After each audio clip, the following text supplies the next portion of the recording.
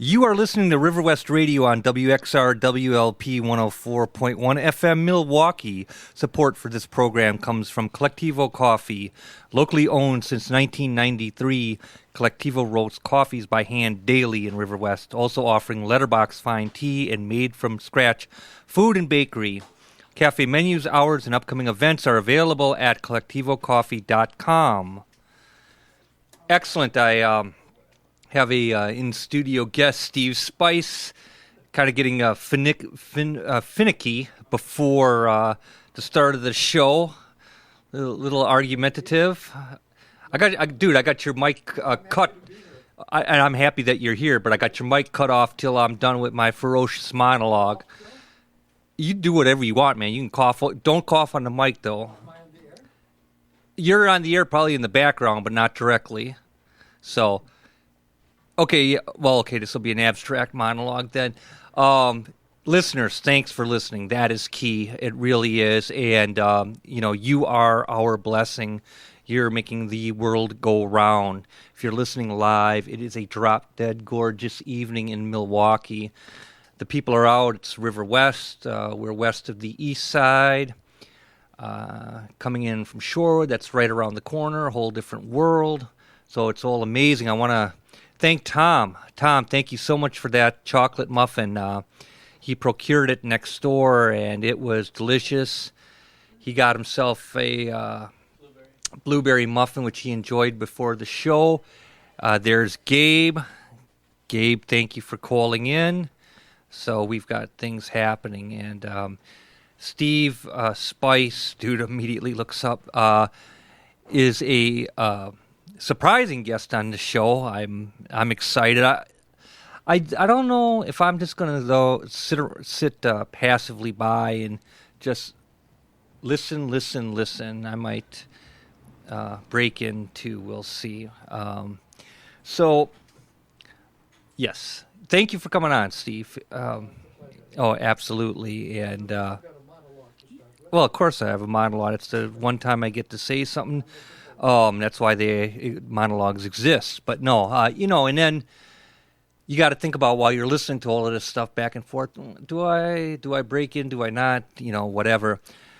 So, reading Simon Gray's early diaries, and I also am reading the Ray Bradbury collection and Ray Bradbury from 43 to 44, Volume 3, and Werner Herzog, Guide to the Perplexed. So all great stuff. And I usually read first thing in the morning because then the day falls into uncontrolled chaos. Chaos being the definition of an uncontrolled situation. So looks like you're trying to figure that one out, Steve. We'll let you get to that. Okay. Yep. You're waiting patiently as if you were waiting for Mr. Godot himself. No, I have started the monologue. Where have you been, man? Okay. It's all hilarious as long as no one puts out an eye. Yeah, it's just an amazing life. That's all I can say. I'll tell you that era of feigning interest in maybe my man, is that keyboard for sale? I know someone who's looking for one. Is that for sale? Okay. Well, if it is for sale, let me know. I've got a interested party looking for a keyboard. My man walks in with a keyboard. So yeah, that era of like feigning interest in random crap when people talk about this, that, the other thing, I just stare at them like they're crazy, man, because life is too short. I'm 51, but I feel like I'm 20. So when those 30-year-olds be saying, "Oh man, I'm feeling my age," I'm like, man, what are you talking about? Everyone's different physiologically, and so I'm 51. I feel like I'm 21. There's absolutely no difference. So it's a trip, and I don't want to waste the days. There's responsibilities to other people. There's responsibility to generate moolah, dough, bread, and so forth. There's a responsibility to yourself to live well. Ran into a writer and a editor today for a weekly and a literary journal. Got his info again. And what I was going to say is that, I said, man, I got a lot to do, but I'm not a martyr. And even if I won the lottery, I'd still be doing it. So, other people's version of fun is like the march of death to me. Thank you, Steve. I really appreciate that. And Steve did agree. Oh no, I know. I really felt that in the heart, and I really want to say that. See, I don't have to create artificial fun. Like going to a bar and someone talking to you at a bar is like hell on earth. There's nothing really interesting that could be said. It's all illiterate or it's populist. It's not like, dude, man, I know the secret to life, and I'm going to lay it on you right now, and it's going to make sense, and it's for real. There is only one secret to life, and that's that you're living it. There's nothing more. You go to a mountaintop, and all you're going to find yourself is, man, what am I doing on top of this mountain, man? This air is thin up here. I'm getting dizzy, and damn, I'm hungry, man. So wherever you are, that's where you are. Wherever you are, that's where it's happening. Zav, bless your heart, man. Have a great evening. Zav's taking off. Zav is strong. It's thanks to Zav that this whole place runs, along with Martin and a lot of other able-bodied associates in this idea called River West Radio. But Zav has been just a strong person. Zav will play. We thank you from the heart. We thank you, Martin Hallinger, from the heart, most definitely. So anyway, yeah. After there's smart people, like they're like they could even be in their teens, their 20s. They're adults, man. They know where the buck stops, and you're prone to all of this socio-political influence all the time, and it is hard to say no because when you're outside the ring, it's easy to say, oh, just don't do this and that. Well, in real life, it's really not that simple. There's such strong ties and textures and labyrinths of social indebtedness that sometimes you just got to go where the currents go just to keep the peace, But I tell you, man, like I said, I remember maybe like about 20 years ago or something like that, loud music at a bar, someone trying to talk to you about this inane stuff, and I felt so physically and psychologically exhausted. I said, that is it. So, and I know you're loving this, Steve. Steve is like at the gate, and I really, even though your mic ain't on, I'm appreciating every move on your continents, agreeing wholeheartedly with this sentiment. And I really appreciate that, Steve. I would suspect within about 5 minutes, man, I'm going to let you out of the gate, and you're going to run like a crazed bronco over the terrain of your thoughts, man. So, well, okay, I admire that, Steve. You don't even, you the heck with the gate, man. You can get riled up before it. Right. Right, I understand that. I meet some. Right. Thank you. I meet some interesting people Wednesdays at high noon in the middle of the week. So there's smart people that catch on. They just say, "Oh yeah, okay, I get it. You're into your own thing, man. I'll let you be." There's other people that just go on and on for years and just never catch on. I wouldn't waste a split second trying to convince nobody of nothing, man. It's your time, and all of that moralizing is complete crap. You're going to find out that nature's indifferent. Nobody cares. The wind, the fire, none of that cares. The water, it just doesn't care. What comes around, goes around, does not exist. All people do is pluck out coincidences to serve their narrative. And it's a nasty sentiment anyway. So what comes around, goes around. Very nasty sentiment. Not true, but like I say, people will pluck out coincidences just to contribute anything to the finite conclusion of that particular narrative. Nature doesn't care. It just doesn't care. Just be good out of your own will. You'll be set. And another thing, too, you got to build your life bit by bit. You can't will yourself into any situation. You can't will yourself into Arnold Schwarzenegger the next day. You can will yourself into the process of habituation beginning the next day, and that will take years. But you know what? After those years, no matter where you are, you're still there. So you could get a degree at 60. You could play the guitar at 70. Steve, you could write a screenplay. No one's stopping you. Yeah, there is someone stopping you. You, right? Absolutely. You're brilliant. You're a wordsmith. The world, Steve, is waiting for you. Just so you know. Yeah. Well, I think we'll discuss that. So, and another thing, if you let the ordinary into the door, good luck getting it out, man. You're gonna have to kick it in the ass so bad it's not like you would not believe it. It is horrifying. The ordinary will drain you. The normalcy will metastasize in your life. The ordinary will colonialize every step that you take.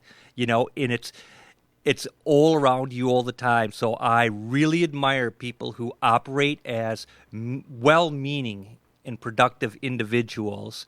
So, and right now, like I said, I'm surrounded by friends. I've got Tom, Steve, I've got Martin, there's Quinn, and not one of these people impose crap. Each one is enabled productivity to continue. Each one meaningfully contributes to the other's narrative. So with these guys, I can actually have fun, not that heavy presence.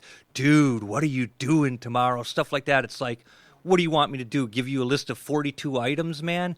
What I do tomorrow is the same thing as I'm going to be doing the day I die, working on the work. So it doesn't matter. And like I said, and I will close out on this maniacal monologue, but like I said, fun, that's like kicking around a big red ball on LSD or something like that. That's fun. But what you're talking about is work.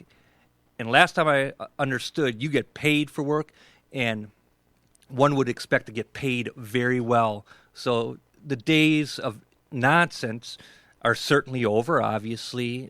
It's not an impenetrable situation. There is wavering and bending, but hopefully not breaking and so on and so forth, So all I'm just saying is, just live your life, just the crap is not the abstract. It's not the corporation. It's not a political system. That has nothing to do with your life. You may think it does, but it doesn't. It's the people closest to you most of the time that will bring you down and damage your life irrevocably. They will take you to the bars. They will take you to this silly event. They will cloud your mind. They will poison every step you take with absolute garbage. Because if God is within you, only you know what's what, not the person next to you. So, Gabe, my man, welcome to your life. Steve, hi, Mark. Welcome to your life. Yes, sir. Do I need earphones?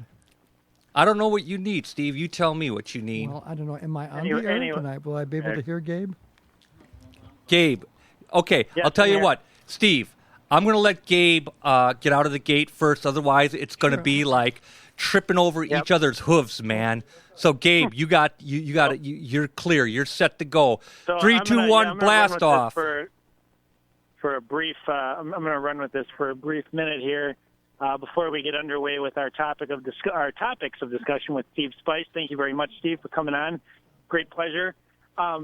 We are going to do, starting with this week, I've been researching a lot of British film and a lot of the major eras of the British film movement, but I'm going to discuss, I'm just going to overview two contemporary films that I saw. But before I do that, I wanted to outlay what we're going to be doing for the next couple of weeks. So I'm going to have Mark on possible assignment. I'm watching and at times 3 movies a day to keep up with some of this stuff. Obviously I can't do that every day. I have other just day-to-day life, family and work and stuff like that calls. But a couple days ago I had a day off and just really hunkered down and, still got outside, still had to breathe fresh air and still got exercise and still did all that stuff. And, just decided I have to make sure that I get a couple of good films in because I've been really slacking lately. And when I did have, some time to really, watch it, even if it's just for a half an hour before I go to bed, if I worked, a closing shift and then having to work an opening shift, there have been a number of mini-series and shows which are filmed just as well as any great film or any contemporary great film. And so I've been, some of these miniseries are 8-10 hours long, but they're like great 8-hour films, or like 8 great small films. And I got to check off a number of items that have been strongly recommended by fans of the show, friends, acquaintances, family members, long lost friends, all sorts of people. So the names that were coming up more often than the others, and the ones that I was reading about in trusted publications more often, after hearing some of these titles like 5, 6, 7, 8, 12 times over the years, there were a few that just could not be ignored anymore. So, dutifully put in some time. And those shows, unfortunately, don't really fall into the category of what we talk about on this show.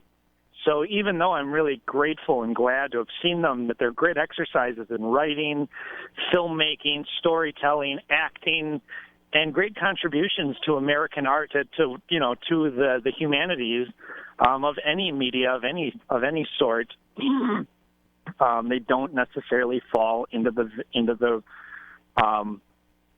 technical category of being a film, a film that can be, that you can go to the theater and see in a short burst, a film that you could stream on your computer, a film that you can rent from your local library or from a video store and watch.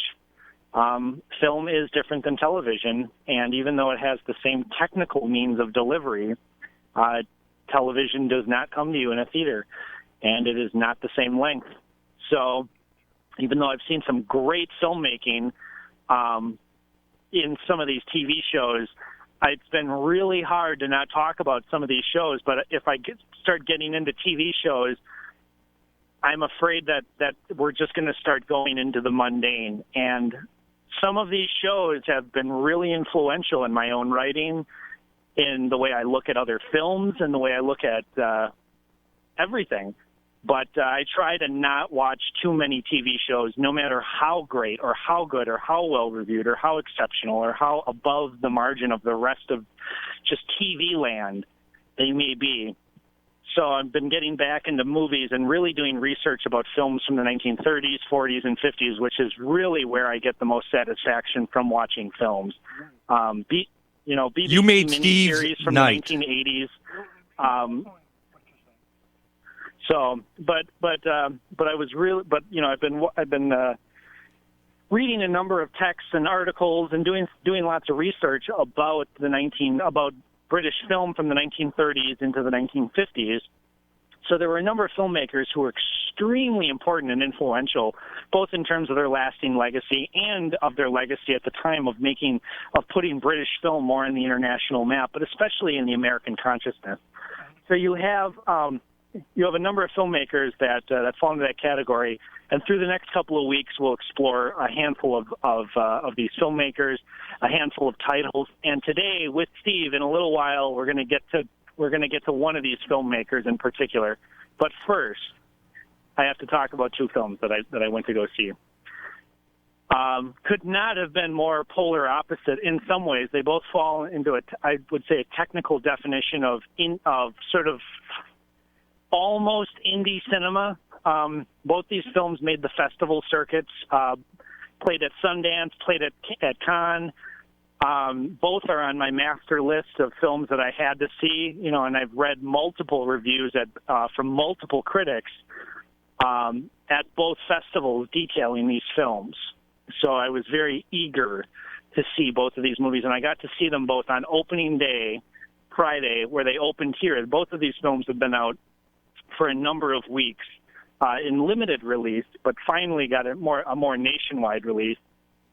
And I went at 11 in the morning and got into one right away, and then walked out, took a nice 40-minute walking meditation through this wooded area behind the theater, in this little enclave of peace and serenity, surrounded by strip malls and highways and cars and shopping and McDonald's and fast food joints.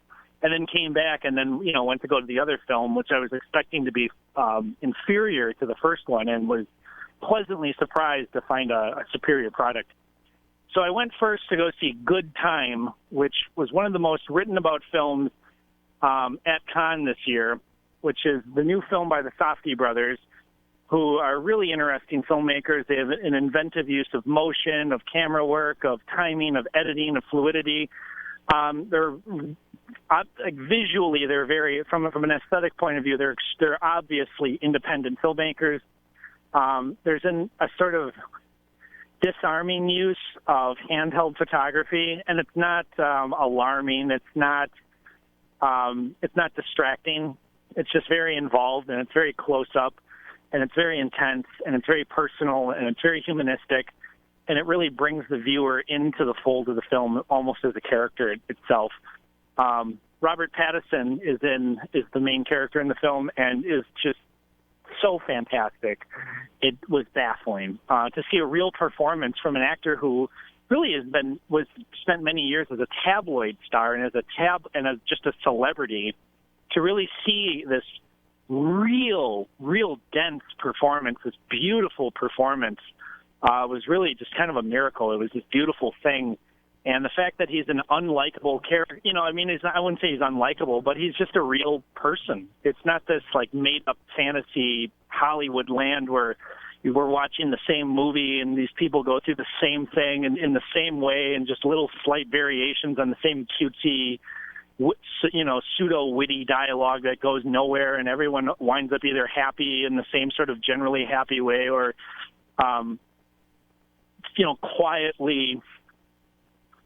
quietly reserved and understanding that life doesn't always go the way we want in this sort of Roman holiday, obvious pseudo-poetry sort of way. It just is so nice to see a film that's conjoined and completely like fragmented in a really realistic way, but also in a way that's obviously a screenplay, but that doesn't fall into the contrivances of the usual Hollywood screenplay. You literally get the feeling that you're just watching a human being stumble from one consequence of a choice to another within a very short timeline. So you're not, there's a sense of purpose to all the decisions. It's very similar to the claustrophobia of the film Blue Ruin from a few years ago, which was just one of the best paranoid thrillers I've ever seen, and one of the funniest films about revenge ever made.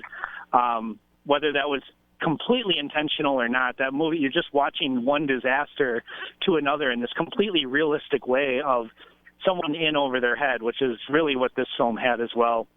Was a very realistic look at a sort of ordinary idiot criminal, sort of ingeniously trying to be one step ahead of everyday circumstance and not always succeeding very well. And it's comical, it's alive, it's vibrant, it uses ordinary things to create an extraordinary visual palette of color, of composition, form. Visually, the film, it's very happenstancically psychedelic, but it never shows off, and it never plays games with being too cool for itself. It never wears out its welcome. It's very much a film for a younger audience, I would say, a sophisticated younger audience, one that's very deftly aware of not avant-garde, but the newer school of more dangerous types of cinema. Definitely more guarded for people that have a reverence for Nicholas Winding Refn and or more film festival circuit type going, a more film festival type audience. I would say like anywhere from between the age of about 25 to about 50. It's definite because it definitely makes reference to certain things that I would say is definitely more prone to a more urban, more younger audience, and it has plot devices that I think I was in the theater with a slightly older crowd, and I got a very uncomfortable sense. And not to be like ageist or anything like that, but there were definitely references to certain things that I could tell just made a certain type of audience a little bit uncomfortable. I couldn't tell if it was the lack of familiarity or a lack of experience, or if it was just that the film itself was a little unkempt and a little dirty, and to be honest, a little unclassy. And there's nothing wrong with a lack of class in cinema. What's up? He's got a question for you, my man. Yeah, just Gabe, he's got a What's up? question for you, my man. What's up, Gabe, dude? the film that you're describing, Good Time. Did you like the film yourself? I loved it. All right, okay. I loved it. I was blown away with entertainment, and I kept trying to pull myself away to study the film more, to look at it from a more academic point of view, but I was enjoying myself so much that there's large portions of the film that I'm trying to recall that I was just so immersed in how much fun I was having watching the film. And that's part of the reason that I say that it's more of a young geared film, because it's about a man in his late 20s, early 30s who, uses drugs. I mean, like the lingo that they use for drugs in the film, the way that they talk about a certain type of urban landscape, the way it moves about this urban landscape, the way it talks about crime, the way it looks at crime, the way it uses music. It's sort of sensibilities about crime and about the types of characters and the dealings of the characters that are in the film are definitely, it looks at criminals in a very straightforward, very contemporary way, where it has a very so what type of attitude, which is not, I don't find that juvenile, and I don't find that sort of immature. I just find that sort of a matter of fact, and I find it very real. And to be honest, I find it very refreshing, because it has a sort of candid honesty that I find lacking from a lot of cinema that tries to be very real and potent, but is ultimately just the same spoiled, lackluster Hollywood tired product that I've been watching, and that's been going on for 60, 70 years. And to see these films that are not masterworks, but that have the audacity to try something truly fresh and something familiar to them, to their life, to their lifestyle, that is true and resonant to so many types of filmgoers that are feeling disenchanted with movies because they don't speak to them, because they don't relate to these movies. So, well, here, let me break in. Steve, do you want some water, dude? Yep. You're smacking your lips like 82 times a minute. No, that's me. So, anyway, well, I know it's you. That's good time. Now, don't make fun of me. I'm not, dude. I'm not. I'm saying you can drink water if you'd like to. I suffer from dry mouth. That's all. Well, that's what I'm saying, man. Have a drink. I didn't bring any.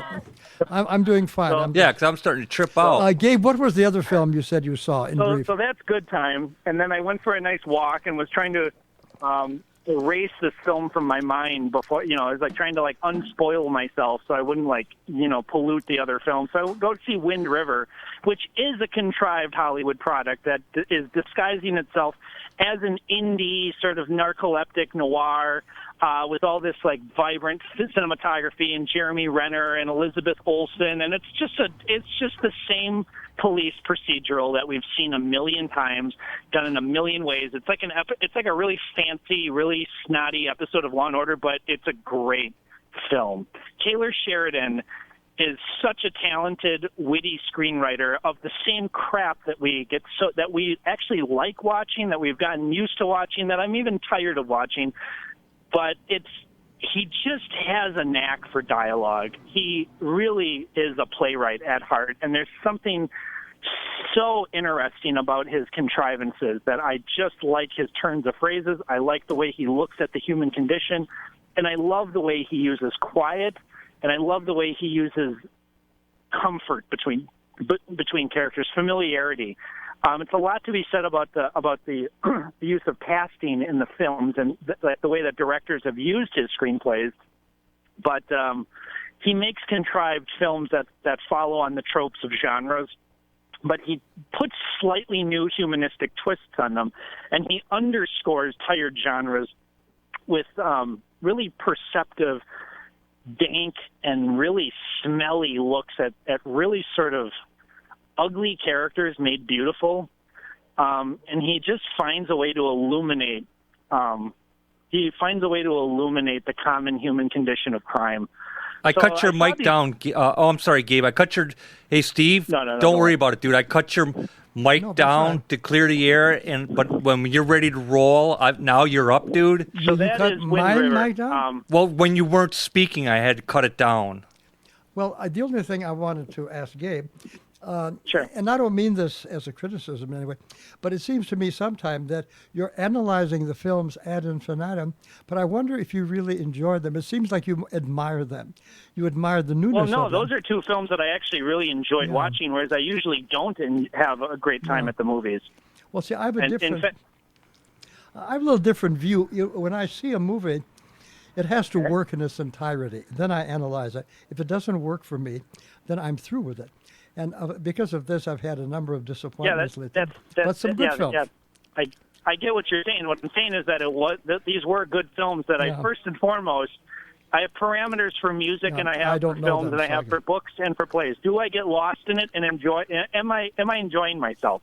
First and foremost, just like anyone. I don't care if you're the most You do seem to be.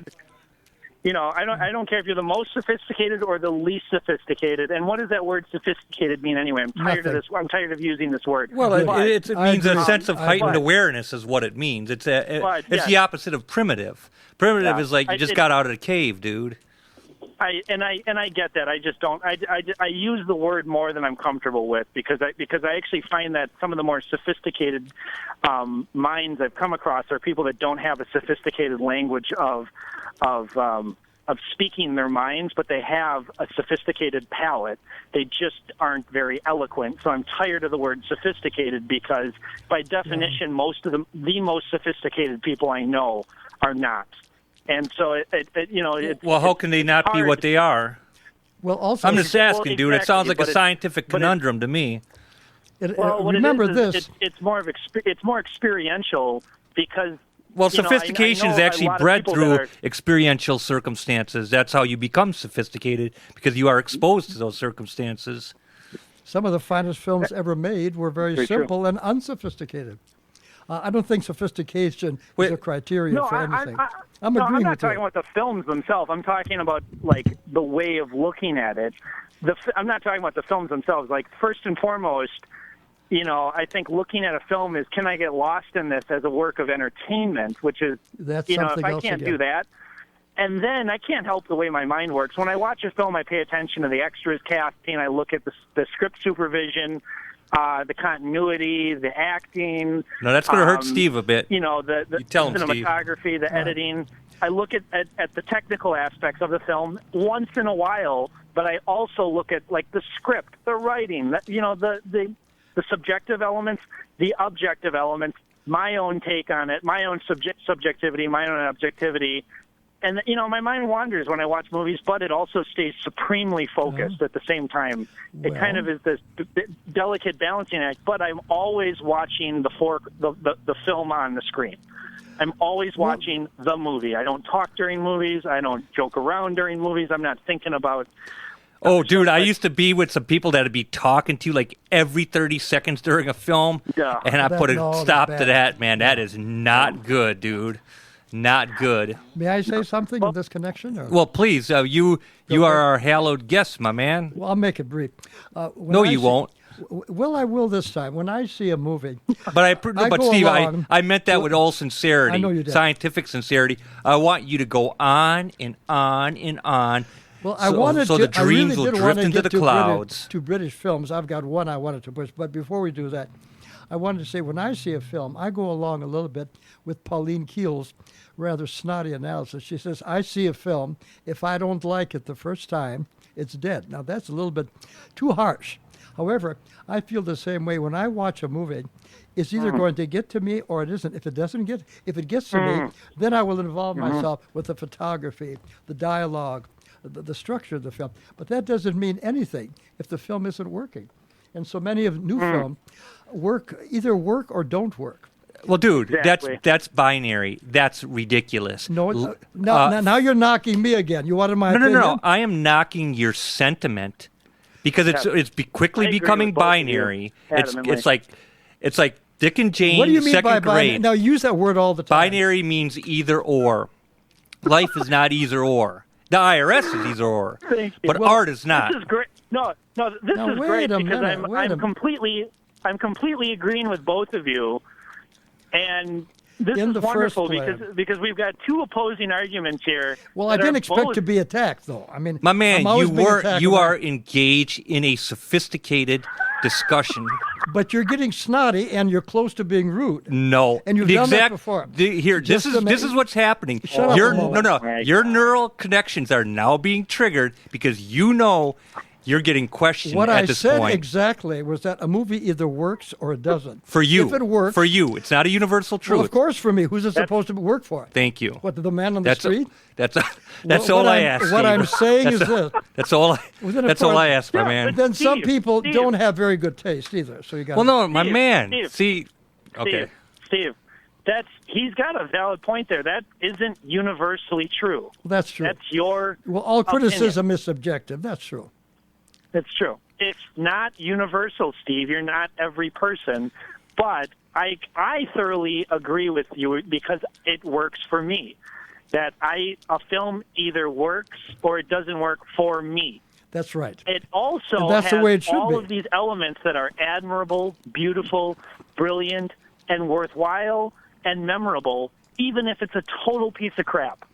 Well, I've seen And a there few are movies. so many pieces of crap that I I know. see that I still revisit because I admire them for so many qualities. And sometimes it's just the fact that I just don't like the film. I just don't like it. And that's But it's still a legitimate. great- If you but it's don't still like- a great film. If you But it's don't still like a great film, that's a legitimate reaction. Yep. And you shouldn't Yep. pull away from that game. Yep. If you don't like But a it's film, you don't still- like a film, period. And But you've it got can still be a sophisticated. great film, even though I don't like it. There are highly so many unli- films that I call great Highly films, unlikely even- because you have very developed tastes, as I do.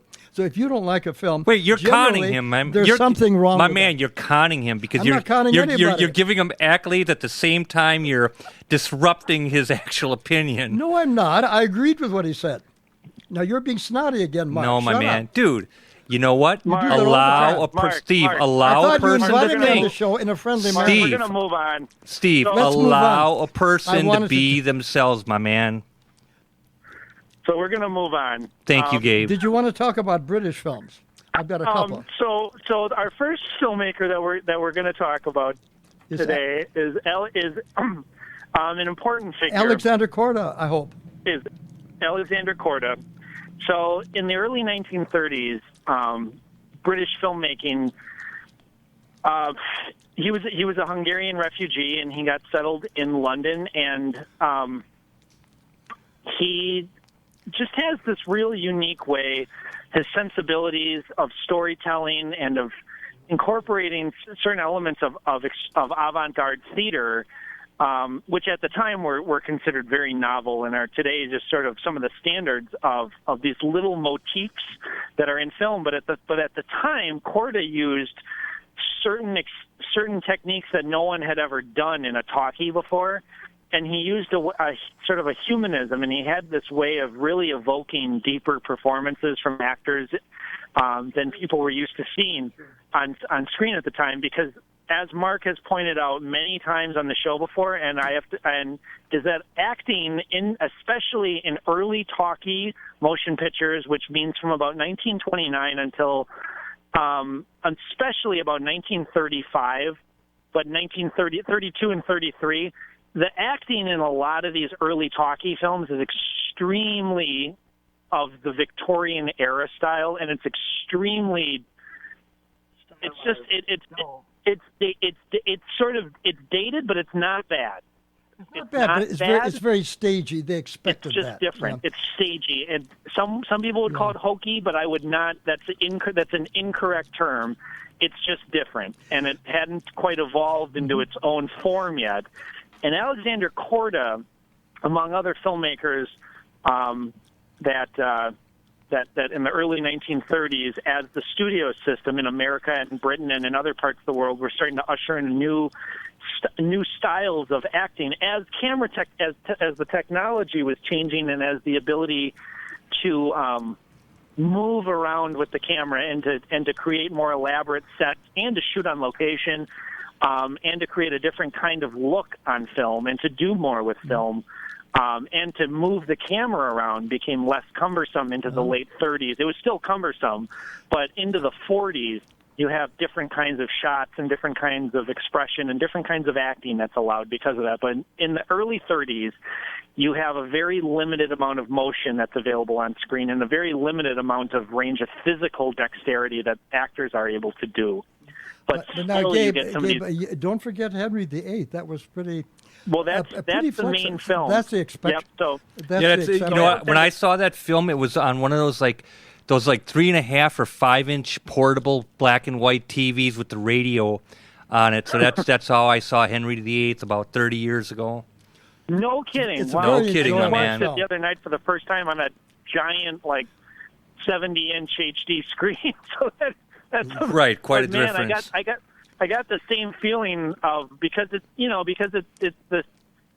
shot on older stock and it's been it's had its problems with preservation over the years, but thank God for the Criterion Collection and other collections. So it has this sort of faded look to it, which part of it is the time when it was made, the resources were different, and the loads of fun, Gabe. It's loads of fun. But yeah.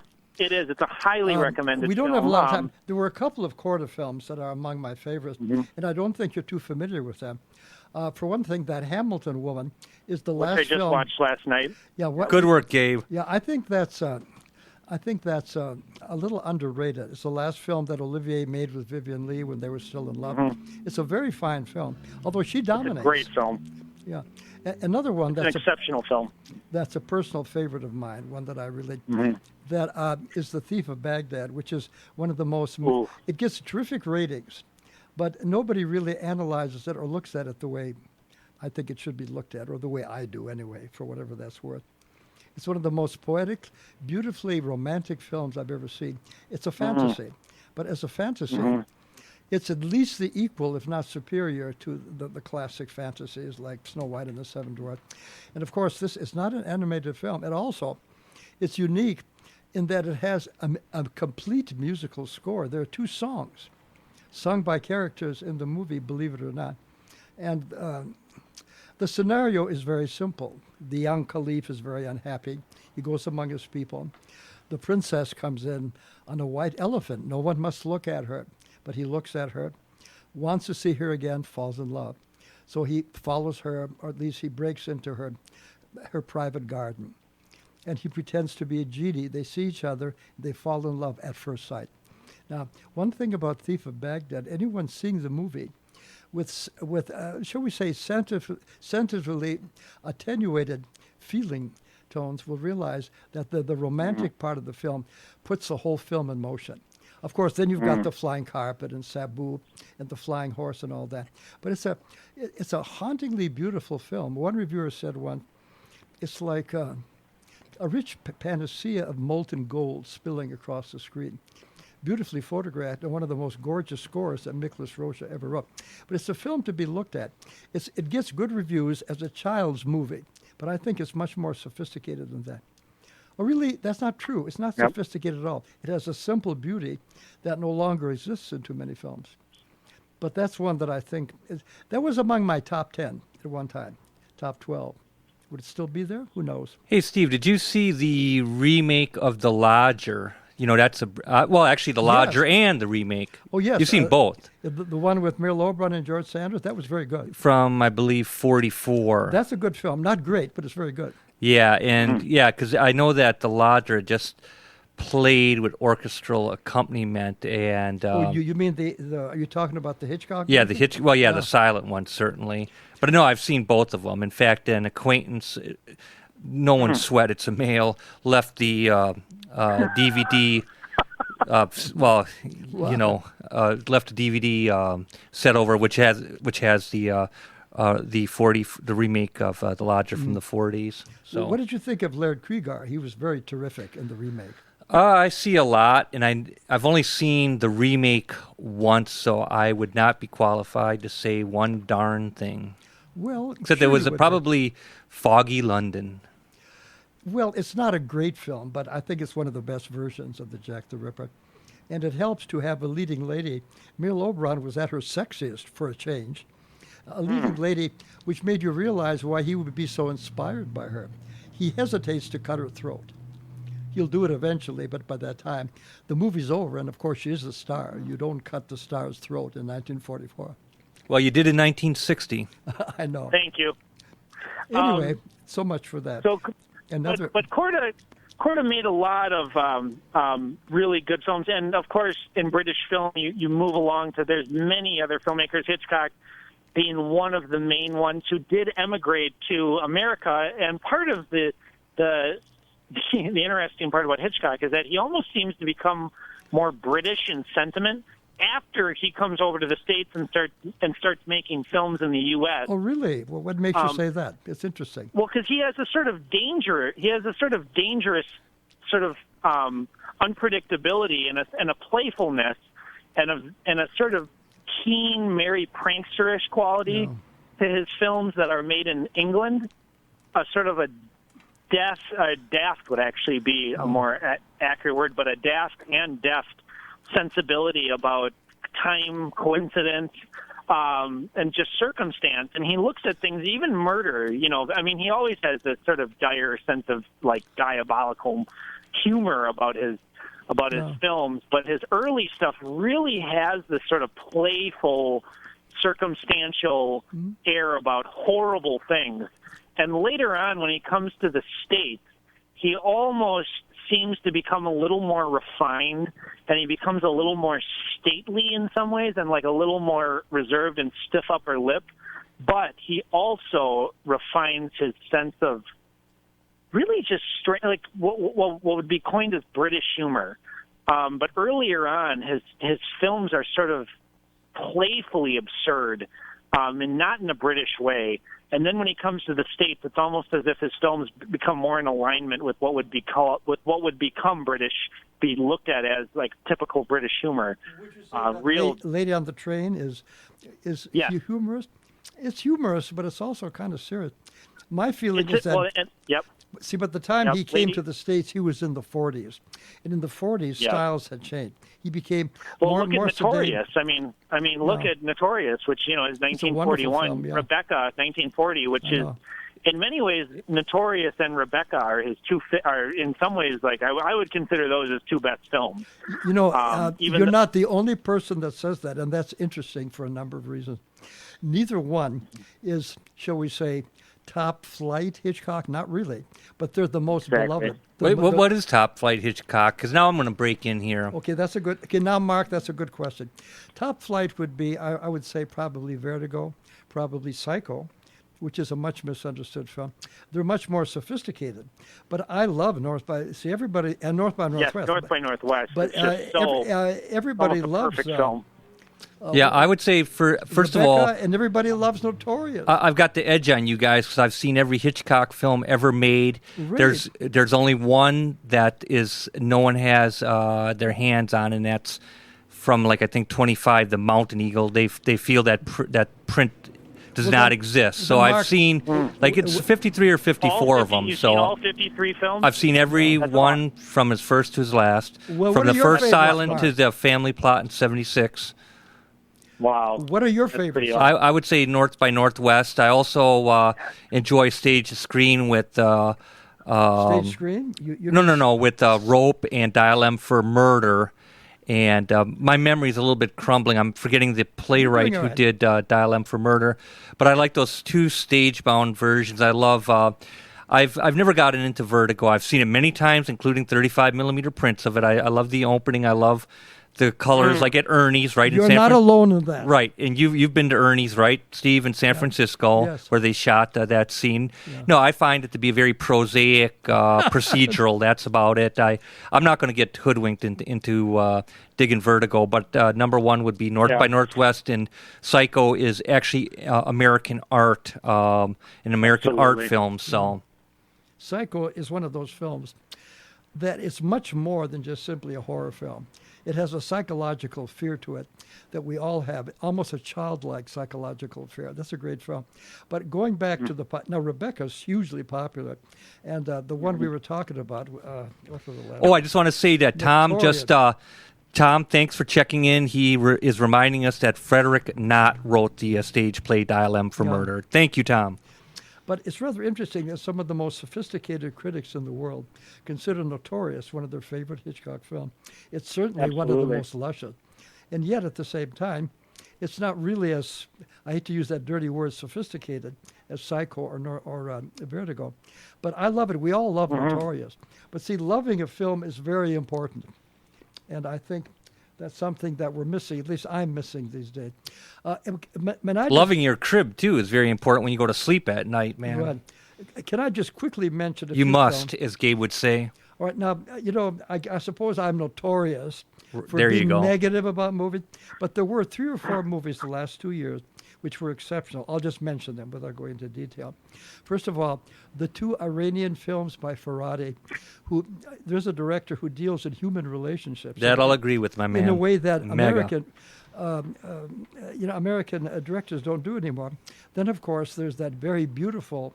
Is this Moonlight? Moonlight, yeah. Okay. I think Because, I think you the clocked in last that about half- 12 times last time we I were know. together. And I appreciate it, though, because that familiarity is like a warm, Now crackling, this- soothing fireplace, But now, my man. this year, we had 2 films that were hardly sentimental or sensitive. We had Dunkirk, and the film that I prefer, all the critics don't, and that's Detroit. I think she does a better job than Nolan does, quite frankly. She's a very exciting direction. Now, since I'm always cursed for being in the romantic age, these are 2 films that are far from romantic. No, would say my man. You're not Detroit. cursed. I'm cursed by my friends. I'm not cursed. Well, no. by myself. That's only when especially you by like Mark. something at the expense of something else. That's all. Well, You I can think, love everything. You don't have to, but The film I most love of those, I think, is probably Moonlight. But the film I most admire recently is Detroit, more so than Dunkirk. Anyway, that's my opinion. well, yeah. And again, like I say, that just like at the the stuff that rises to the populist top. I mean, there are hundreds. I'm not Now, even. You know what, Steve? I'm not even going to get into this well, with you you. haven't seen any of these films. How can Yeah. you say that? You're being very judgmental. And as You usual, don't, unfair. dude. You don't even know what I'm talking about. I'm not judging those films. I'm Yeah, you merely are. saying, besides these 2 populist films that are ground out over and over each week, that there's many filmmakers doing many outstanding things, very provocative, illuminating things. Such that are. as? Yeah, how about a few Are you titles? for real? Yes, I'm for real. So you always say that. You make these generalities. Yeah. Movies are better than ever. The No, technology. no. You go into this BS mode. But, My but man. and then you haven't Okay. you've not seen Munich. Dude, You've it not doesn't. seen any It's of the my films I man, my mentioned. man. I've seen a lot. I don't have to keep seeing specific title after title. It's Well, a you should see general. a few of them. You should at I've least see seen Moonlight. hundreds of them, my You should man. at least see. I would think you'd want to see Dunkirk. Oh because my it's widely God, discussed. dude! You know I've been watching films for 35 years. I've been watching them for 60. I know you have. I understand. But at some point, dude, Yeah. it's negligible. Okay, it's actually that you both have spent decades watching and doing this stuff, come on. so it's immaterial and.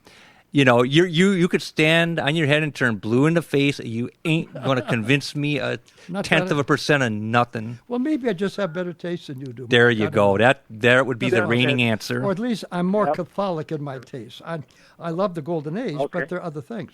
Right. But that doesn't mean I embrace every idiotic independent film that Well, comes my along. man, you have to operate with a sense of discretion. Okay. What does that mean?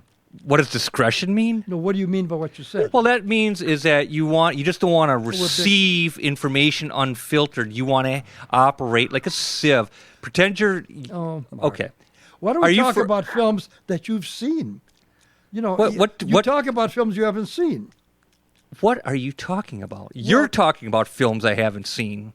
Well, for one thing, I've tried to encourage you to see Moonlight at least. My man, You're not interested. I am so interested. I knew about that film before you did. It doesn't, but you haven't seen it. But Steve, I will, and the world is going to turn whether I see it or not. I really want to see it, my the man. world will not turn if you don't see it. Okay, you're probably right. You're probably right. No, I will see it. The thing of it is, there's a lot of films, and it has to become available for one. Okay, Yeah. so when it's available, It's on DVD. You can rent it. I understand, but it also takes time, dude. If And that, I rented it for you and paid for it, would you watch it?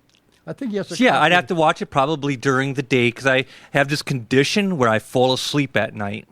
Well, most people do True. fall asleep It's a at night. fact. I'm sorry we're bickering, Gabe. We're not, because this to But me, dude, this Mark to is me, Mark is being a jerk again. No. And I'm trying to be nice. Okay. my man, be for real.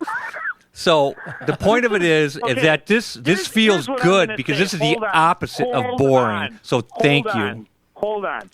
I'm just going to say that usually when I hear when this is going on, what's going on right now, I normally get so angry and I'm just so done with it. But I have to say that you two have both held it together pretty well. And even though it's the same exact argument that's been on the show before other times, somehow this It's exchange has tiresome. been so much more entertaining than Gabe, the same Gabe, I'm exchange I'm with, sick about of it the too. same movies, even about almost the same titles. But Well. I will say, Steve, your argument has some valid points. Mark, as always, the refinement, the cool, the calm, the reserve, the collective, the unfettered. Both of you, I anyway. sincerely mean this. That I am so happy. I am so grateful to have both of you as my friends in my life. Now, bless Steve, your I heart. know over the years, I would prefer we've that had we our- talk about specific Steve, films.